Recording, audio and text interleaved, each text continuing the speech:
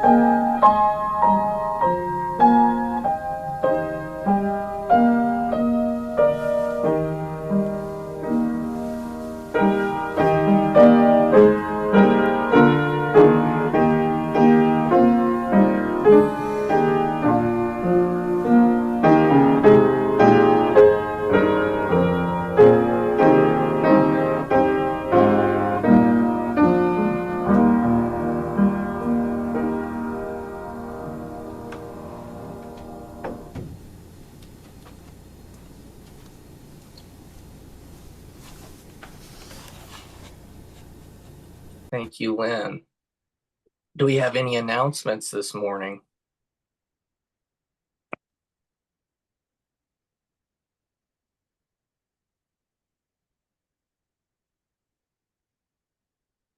Okay, how about joys and concerns?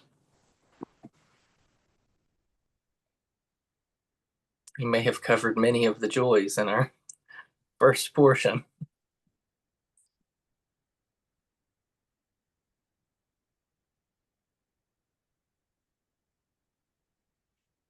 And with that in mind, we of course always have plenty to be mindful of and thankful for. Um, our worship leader today will be, as mentioned, Tom Rockwell, who's joining us, and he will just lead us out of the silence as he feels led.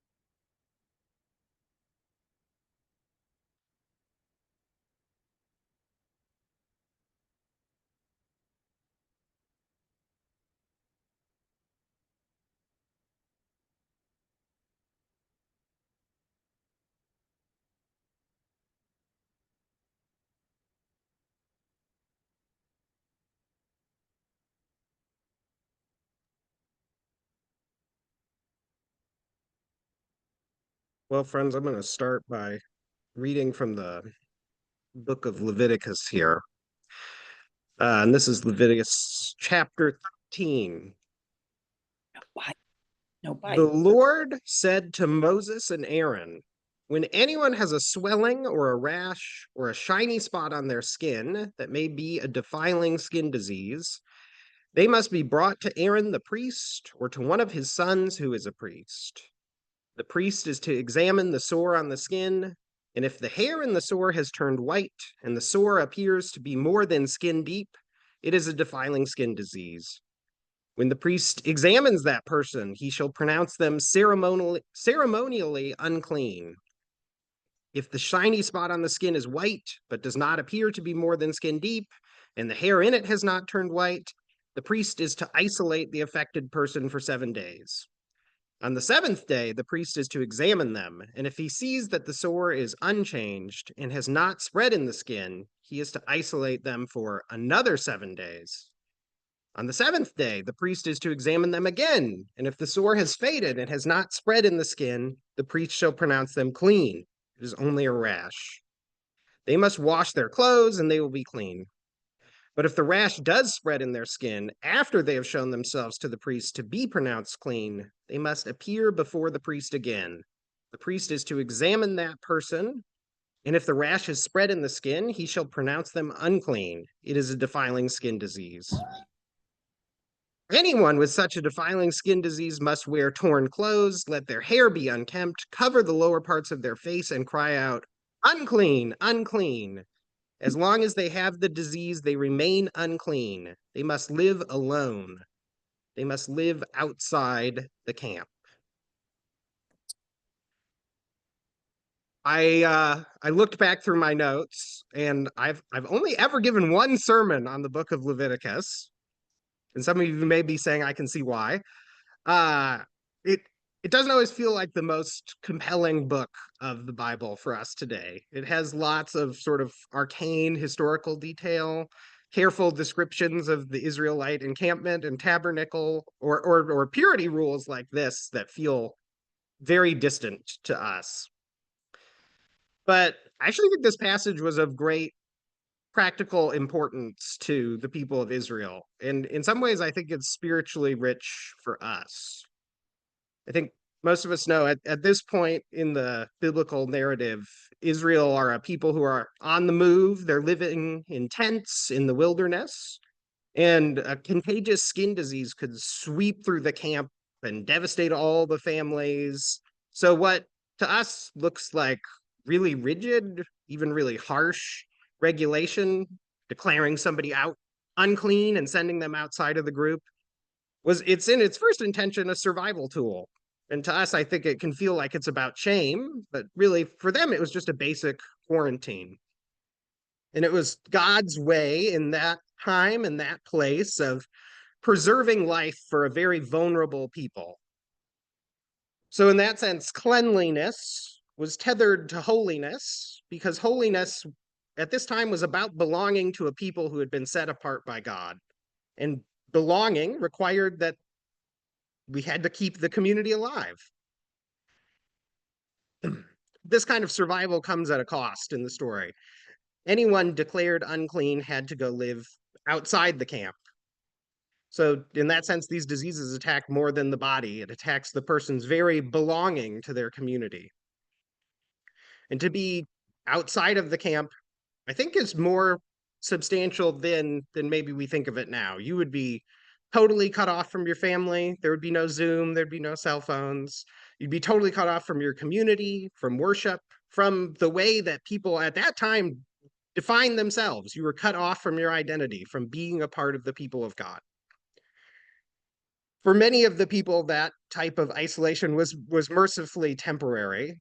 The priest would come out, would examine their wounds, and if healing had come, there would be some rituals that would restore them to life among the people. Even so, that waiting on the edge, half hungry, half hopeful, must have really left a mark on people who had to experience this, who had to experience living in a way that was totally foreign to how they'd lived before. But these laws were practical. They kept people alive. I want to suggest to you, though, that something that starts out entirely practical over time hardens into something heartful, or sorry, something very harmful if we forget the real purpose. So I'm going to fast forward in the story of Israel here. Israel moves from being a wandering people out in the desert. They conquer the promised land. They build a holy line of kings, and then they raise the temple in Jerusalem. And the place of belonging shifts from the encampment in the desert to the temple, which becomes the very dwelling place of God. And access to the temple becomes a visible sign of being among the people of God. And then through centuries, the great empire of Israel is destroyed, and this story collapses. The armies are defeated, Jerusalem is sacked and destroyed, the people are carried off to other lands. And the old narrative, where the people of Israel say, we are going to build a house for the people of God and live securely in this land, is totally shattered. God's people become a totally scattered people.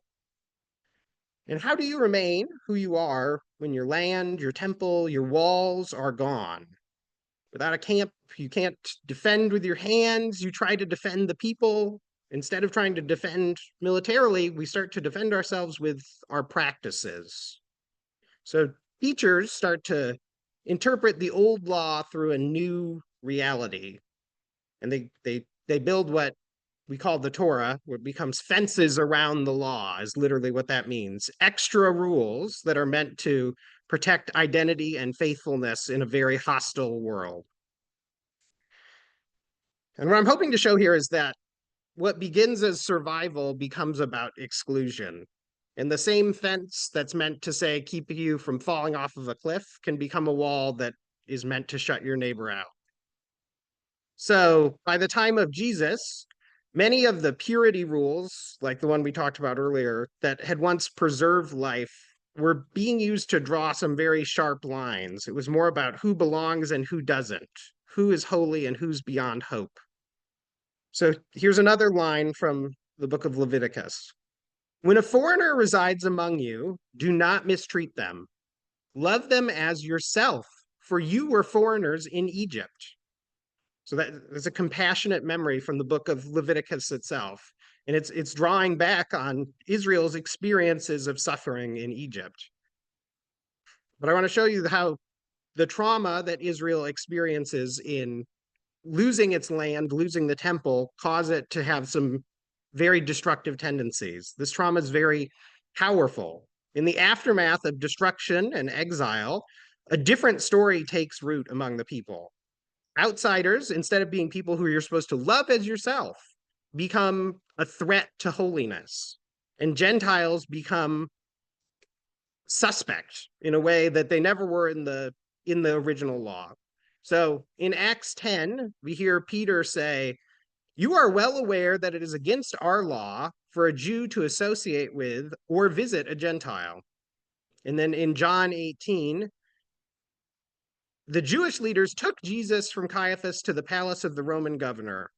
By now it was early morning, and to avoid ceremonial uncleanliness, they did not enter the palace because they wanted to be able to eat the Passover. So now, in Leviticus, we hear that having a foreigner among you is a good thing. It's a good thing to love those people. But by the time we get to Jesus's time, to enter the house of a Gentile, to eat at a Gentile table, to step into a Gentile courtyard, many people believe those were things that inherently made you unclean. So the old law said nothing about this. But the stigma that came out of the pain and fear of having been in exile and the desperate desire to keep people intact has created a new boundary. And that new boundary is we don't interact with anyone who's not like us. So I want you to keep that backdrop in mind when you think about Jesus's ministry here. And I think you can start to feel the shock of Jesus's ministry a little more clearly.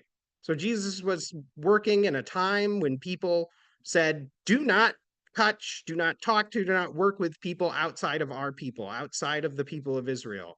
And Jesus went out and touched unclean lepers. He ate with tax collectors and sinners. He speaks with a Samaritan woman. He does all of these things that go beyond this community's sense of holiness and belonging.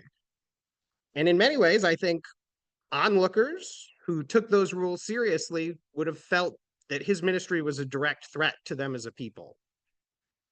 If holiness is about maintaining separation, then Jesus's way of healing and table fellowship, it risks contaminating the whole camp.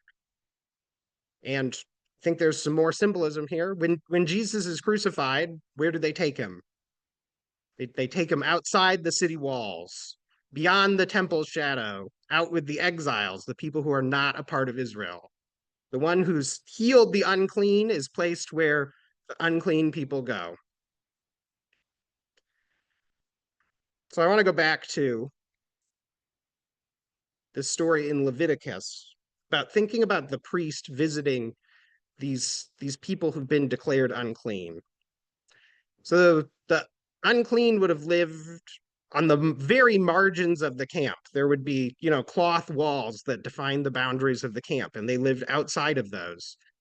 And each day they would sort of look across a strip of wilderness at the cloth walls that inside were their family and their friends. They had maybe a small piece of bread. Someone brought them a small skin of water, just enough to essentially get them through till the next time the priest would come and visit. And they would wait and they would hope that the angry rash they had would fade or that their cough would go away, whatever their issue was. At night, they would be out alone and they would hear beasts prowling and scavenging, living on the scraps of the encampment, and they would think of themselves living on the scraps of holiness, on the edge of the belonging that the walls of the encampment defined. And some mornings from the center of the camp, the priest would come out. He'd pray under the tent of meeting, he'd offered the daily sacrifice, he'd tendered the holiness at the center of the people. And probably on his way out from the camp, he's stopped by some older person who has an ache they want to share, a mother with a question, a craftsman who has some need from him. And he finally reaches the outer wall and steps out into the sand towards the scattered tents. He's bringing water, he's bringing food, he's checking on these different people, looking at different wounds, listens to someone's breath. For some, he has good news. He says, "You can come home." For others, there's counsel, there's telling them that they need to wait. And for a few really unlucky people, their body fails them as they wait outside the gates of the encampment. And day by day, the priest does the same task. He carries the life of the camp, he carries belonging from the camp, and carries it out to the fear of these people who are forced to live at the edges of the camp. He's a living tether between the center and the margins. And his soft steps in the sand say, this community is really not whole unless we remember the people who are on the edges, unless we feed them, visit them, tend them, and try to restore them. But somehow, in Israel's story, what was originally the question of, are you sick or are you well? Are you okay to be among us, or are you going to spread disease? Becomes something much more rigid about, are you in? Are you among the people of God, or are you out? Are you unworthy of being in the people of God? The practical concern about contagion morphs into a permanent logic of insiders and outsiders. And that identity of the people of God shifts from being an instrument of blessing, where God is going to bring his righteousness into the world for us, to a weapon that's really about boundary making. And I want to show how that this great hope that Israel has under pressure and under the suffering they experience in exile becomes a fear that turns, in a sense, very violent. Now, this movement towards securing life by sort of solidifying the lines that define us, I think is obviously not a uniquely Israelite story. It's a human story. When we feel very wounded, we try to contain what we have. When we fear we don't have enough, we tend to ration belonging. And when we don't know what tomorrow is going to demand of us, we narrow sort of the circle of people we feel like we can help and be in relationship with. So some of that is reasonable. We need containers for community to be able to say, like, who's responsible for this decision? How do we steward the limited resources we have? But containers, when we stop asking what they're for, do have a way of becoming walls. And a guideline for care can become a gatekeeping device. So that's how I think care for the foreigner among you in Leviticus slowly mutates to there can be no foreigners among you in Jesus's time. I will not belabor how that plays out in our own world. We've carved our national hopes into stone, so I will just read you very briefly from the base of the poem that's at the base of the Statue of Liberty. Keep ancient lands your storied pomps, cries she with silent lips. Give me your tired, your poor, your huddled masses, yearning to breathe free. The wretched refuse of teeming shores, send these, the homeless tempest tossed to me. I lift my lamp beside the golden door. So I'm going to turn us back again to the priest in Leviticus. And I want you to picture him at dawn. He wakes up in the very center of the camp in what's known as the tabernacle, and he's lifting prayers for all the unknown sins, the unseen pains. He's responsible for thinking about the well-being of the whole people. And then moving through the noise and the needs of the camp, out past the last cooking fires and into the barren edges, he listens, he looks, he blesses, he hopes he can restore these people so that they can come back home. And when he can't restore people, he remains and he tries to be a steady presence that tells people you are not forgotten. And without his walking back and forth, the camp would just close in upon itself. It would wither into a fortress. And his daily path really keeps a living channel open between holiness at the center and the suffering that's being experienced at the margins. Quakers have long said there's that of God in everyone. And the way I interpret that is if there's that of God in everyone, then no one can be permanently outside the camp. The light is already present in everybody. So there's really no outsiders. And the inner teacher is already at work. The inner teacher's already at work in the people who we fear are unclean. And because we believe that God speaks and leads without respect to human titles, we don't reserve the role of the priest for a small class of specialists. We don't have a priesthood that monopolizes access to God. In our practice, our ministry is shared. And that work of bridging the center and the margins belongs to everybody, belongs to the whole people. Every person is called to walk the priest's path in Leviticus. Every person carries bread and water. Every person can listen for the wounded breath. Every person can say, come home when healing has come, or can say, I'm with you when it hasn't quite come yet. And I think in that kind of work, we refuse the lie that the margin is godless and the center is the only place where God dwells, rather than that God dwells in all people. And I think that's why the Gospels place Jesus, the crucified Jesus, outside the city gates. He doesn't passively end up there. He goes there as the person who bears God's presence to the edge, takes God's presence to those on the margins.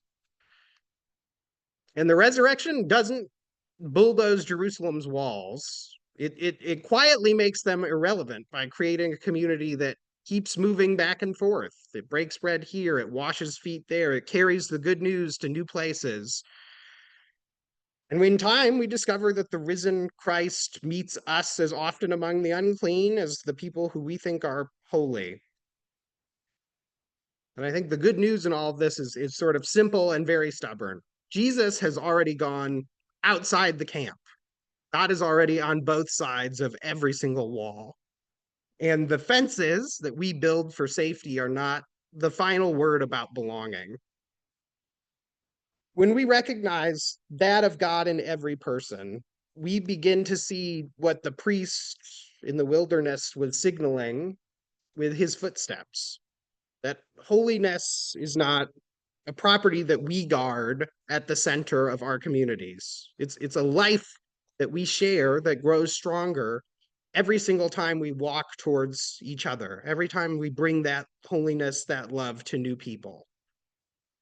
So I want to just encourage us to be a people who continue to walk like this priest, who hold the center with reverence, but refuse to forget people who are on the other side of a wall, who forget people on the edges, people who practice a holiness that protects life and love without imprisoning it or turning it into a weapon against others.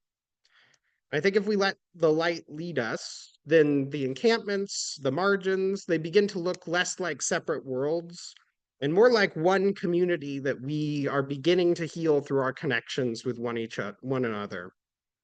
So those containers can stay flexible and useful, the walls grow thinner, and the lamps at the gates can burn steady. The voice that called Israel through the desert is still calling to us.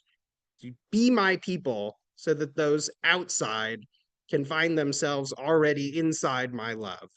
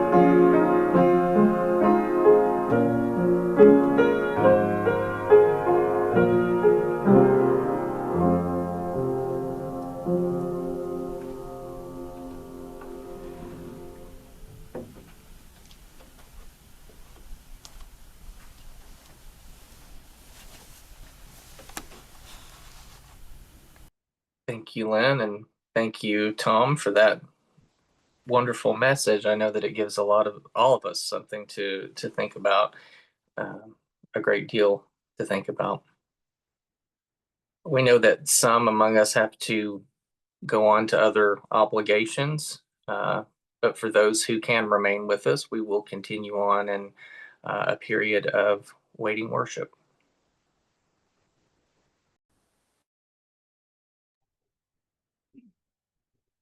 Thanks, Tom. Come back so we can see you again. Will do.